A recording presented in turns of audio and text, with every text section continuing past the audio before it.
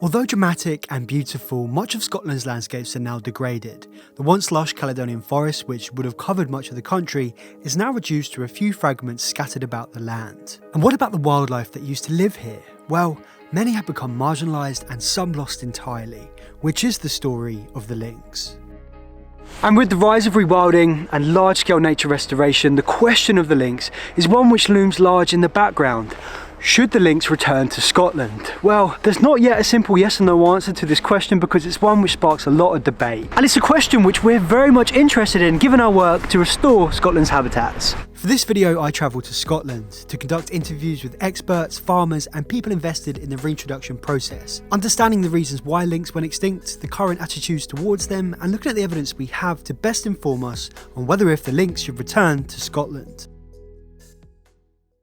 We don't know exactly when the lynx went extinct in the UK, but we do know from their bones that they were once found on the south coast of England right up to the north of Scotland. It used to be thought that lynx died out to natural climate change thousands of years ago, but radiocarbon dating gave us hard evidence that they survived much more recently. When turning to cultural evidence, one of the most interesting references we have to a lynx in the UK comes from late 15th century Welsh poetry. It gives a description of appearance and behaviour. Now forgive me if my medieval Welsh is a bit off here, but the Llaw Blich literally meaning the spotted lion, which follows a roe deer up into the hills of Wales. This is almost certainly a reference to the Eurasian lynx, and if there's lynx living in the hills of Wales during the 15th century, it's very likely that they're living up in the Highlands of Scotland too. But why did they go extinct? Well, it's all down to how humans have modified the landscape. Through removing natural woodlands for farmland and timber, overhunting deer resulting in declines of prey populations, and with the direct persecution of lynx for its sought after fur, these pressures together would have resulted in the demise of the species across Britain. So one of the first questions we have to ask is there enough suitable space and habitat to support a viable lynx population? In search of answers, I caught up with lynx expert David Hetherington. So in Scotland, we actually have two large habitat networks that have the potential to support lynx populations. We have a relatively small one in the south of Scotland that straddles the border with England into Kielder Forest, and we have a much larger one in the northern parts of Scotland that stretches from Argyll over in the west, over to Aberdeenshire in the east, and all the way up to Sutherland in the north. And the prey densities in that landscape are such that you could support up to 400 lynx. In the south of Scotland, a much smaller population of around 50 or so, but yes, there is enough habitat and prey in Scotland to support a minimum viable population. But how exactly will they interact with wild deer populations? Because right now, Scotland has a serious problem with overabundant deer. Scotland's deer population has more than doubled over the past 30 years from 500,000 to over 1 million. This article from Forestry and Land Scotland recorded as many as 64 deer per square kilometre in some areas. A widely accepted sustainable population balance for woodlands and biodiversity protection is between 2 to 7 deer per square kilometre. When you see it like this, you can't help but see how crazy this is. This overgrazing is not only threatening the success of tree planting in Scotland, but virtually halting the natural succession of trees. So I know what you must be thinking.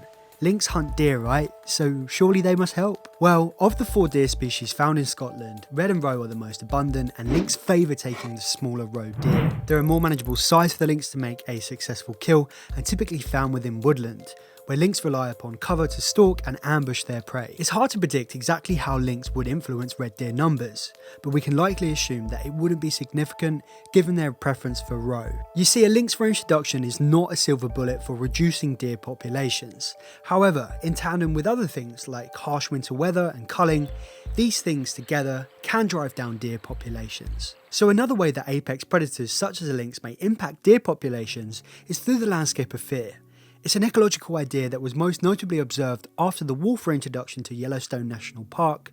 Their very presence altered the movement and grazing behaviour of herbivores, leading to trickle-down ecological effects. Does this mean that lynx will have a similar effect in Scotland?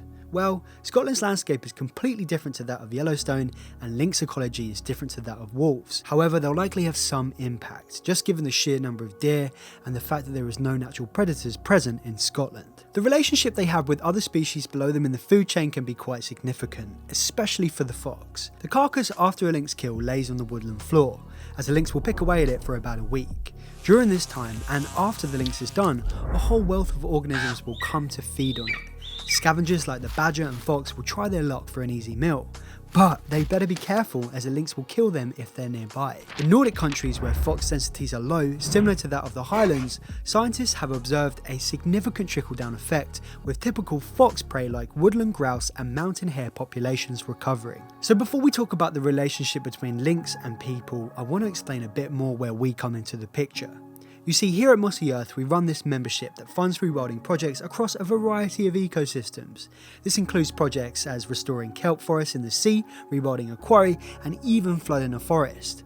And in Scotland, we're helping monitor wildlife, bringing back rare trees such as the aspen, and restoring river ecosystems to support iconic species like the salmon. So if you want to help support this kind of work, be sure to check out mossy.earth to learn more. What about lynx and people? Well, in Scotland there is a right to roam, and although the lynx is quite elusive, that means that there's a chance that we could cross paths with a lynx. What would happen here? Are they a danger to us? Lynx are very shy and secretive animals. They know that humans are bad news and they stay away from people. If you came between a mother lynx and her kittens, she would back off, whereas if your dog came between them, she would likely have a go at the dog. The only recorded instances we've got of Eurasian lynx attacking people in Europe stem from rabid animals. So lynx that have got rabies, they're not behaving normally at all. They're very often out of condition. They could be half the size you'd expect a Eurasian lynx to be, but they have lost their fear and they will approach humans, and they can be very dangerous under those circumstances. But that's very unusual, and of course only found in those parts of Europe where rabies is an issue. Rabies is not an issue in the UK. So we know that the lynx would not be a danger to us, and that there's enough space, habitat and prey and ecological benefits to be had from a lynx reintroduction. So why haven't we seen them return to Scotland? Well, throughout the process, concerns have been raised from sheep farmers. Undoubtedly, if the lynx returned to Scotland, they would experience some losses of sheep. I visited an upland sheep farmer, Finlay McIntyre. But what I would say from my point of view is, do I have a big problem with lynx per se? Probably not, so long as that there's legislation in place and there's a process that I as a hill farmer can enact and enable me to protect my livestock and of course my business interests. And I don't think the two can be tied in. There's issues with practicality of that. So if you're asking me do I have a problem with lynx, I actually don't have a problem with lynx per se, but do I have a problem with how it would be bureaucratically delivered and legislatively delivered, and perhaps some of the vitriol that might be put on some people if they do find they had a problem. These dots I'm finding difficult to join. It's clear that Scotland will need to reassure its livestock farmers with a proper mitigation process. So in light of this, what can be learnt from mainland Europe? Generally across Europe, lynx predation to sheep is a small-scale issue. In the east, in countries like Slovenia and Romania, sheep losses to lynx are virtually zero. This is due to traditional shepherding techniques, people actively watching the flocks and using guardian livestock dogs. In these regions, they're far more worried about wolves and bears. Whereas further west in Europe, a lot of the large carnivores disappeared and grazing methods shifted to sheep being unattended in open pastures. This is true for Switzerland, where lynx were reintroduced 50 years ago. Currently a population of 300 lynx live here, and around 30 sheep are taken each year, which is fairly insignificant. One country in Europe where that is very different is Norway. That's definitely by a long way the worst case scenario, where you're looking at potentially thousands of sheep being lost to lynx, and compensation payments adding up to something like €3 million per annum. So not an insignificant amount of money. However, when you cross the border from Norway into its neighbouring country Sweden, then the compensation payouts for sheep are much less, almost getting on for like 1% of the amount of money that's being paid out in Norway. They pay out something like €37,000 in Sweden.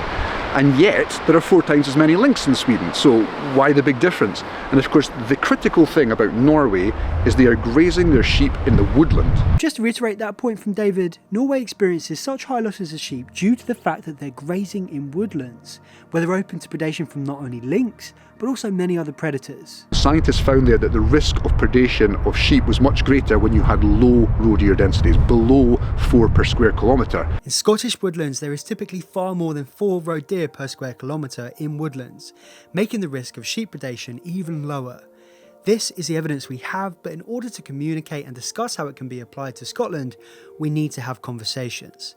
Our biologist Isla is Scottish and knows the importance of ensuring everyone has a voice. I think we all need to sit round a table regularly with one another and just connect with people that we might not necessarily agree with day to day. But that's really important, because what we don't want to happen it's easy for it to happen with controversial issues, but we don't want to polarise ourselves beyond communication. We've touched on the ecological benefits that a lynx reintroduction would bring for Scotland, but what are some of the other benefits? A large carnivore reintroduction is a statement, a commitment to nature that would make global news. It would put Scotland firmly on the map as a rewilding nation, gaining the attention of not only keen naturalists but also the everyday person. This attention could bring a lot more people to Scotland, and if well planned and prepared for, rural economies could certainly capitalise from influxes of tourism associated with the lynx reintroduction. I met with Pete Cairns, director of Scotland the Big Picture, a charity that is working for a wilder Scotland. We often try to frame the return of lynx in ecological terms or even economic terms, in terms of saving money around deer management, for example. And there are economic benefits, there's no doubt about that. An increase in visitors to a nature-rich landscape, of course, is a tangible economic benefit.